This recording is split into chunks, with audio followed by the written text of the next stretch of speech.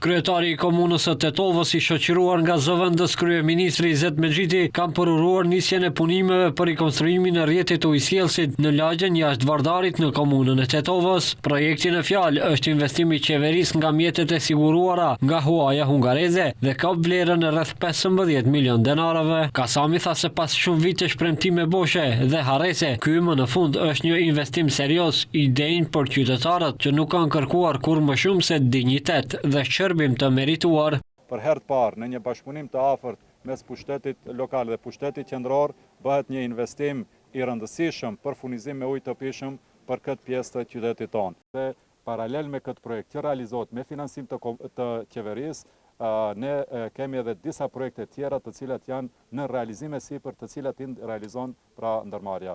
E duke folur për projektin, zëvendës kryeministri Izet Mexhiti akuzoi ish pushtetin që sipas tij e kanë gojën plot me fjalë të mëdha e nuk ndalen duke folur për marrëveshjen e Ohrit, të cilën nuk e kanë respektuar e realizuar as vetë ish zyrtar të Bashkimit Demokratik për Integrim.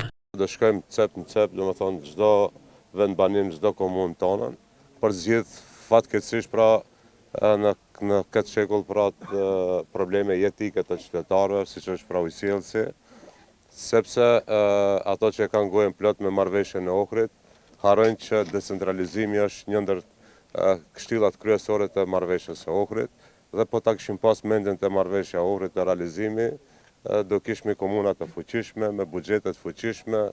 Dhe sot nuk do flisnim për ujësjellësa dhe kanalizime. Kreu i komunës së Tetovës po edhe zëvendës kryeministri premtuan se përveç ujësjellësit, së shpejti në këtë lagje pritet të fillojë edhe projekti për instalimin e kanalizimit fekal dhe atij atmosferik. Kasami ishte optimist se projekti i kanalizimit do të fillojë pa përfunduar instalimi i gypave të ujësjellësit.